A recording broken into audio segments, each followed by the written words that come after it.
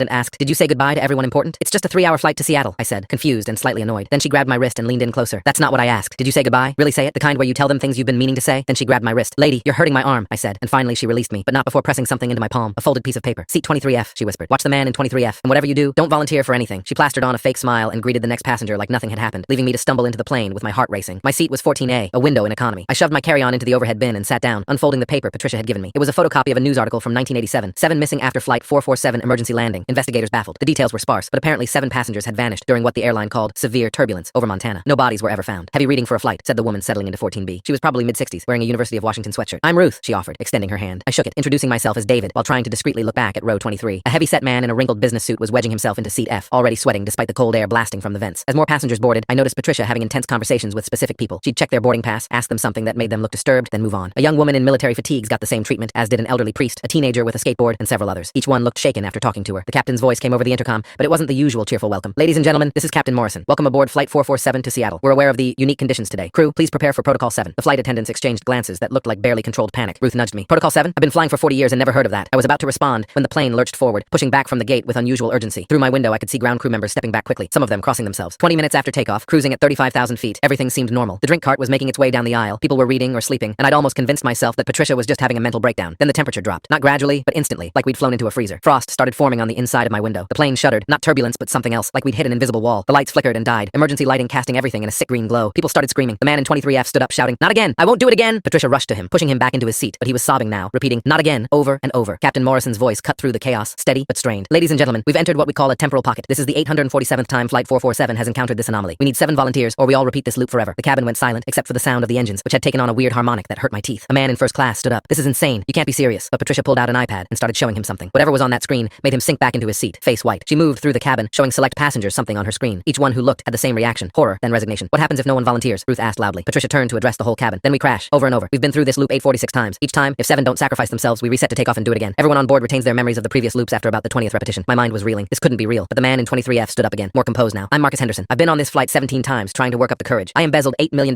from a children's cancer charity. 3 kids died because they couldn't afford experimental treatments." He walked toward the front of the plane. The elderly priest followed. "Father Timothy O'Brien. I protected pedophile priests for 37 years, moved them to new parishes, silenced families." His voice was steady, resigned. "I've been riding this flight for 6 months, knowing eventually I'd be chosen." One by one, people started standing up, not randomly, but specific passengers, like they'd been marked somehow. The teenager with the skateboard couldn't have been more than 16. "I set the fire," he said, voice cracking. "The apartment building fire in Portland. I was high, thought it would be funny to light some trash on fire. 11 people died." Ruth grabbed my arm so hard her nails dug in. "This can't be happening. This is mass hysteria or something." But I could feel it too. The wrongness in the air, the way reality seemed thin and brittle around us. The frost on my window was spreading, forming patterns that looked almost like faces. Patricia was standing by what looked like a service door, but when she opened it, instead of explosive decompression, there was just nothing. The rest of the story is on my channel or linked below.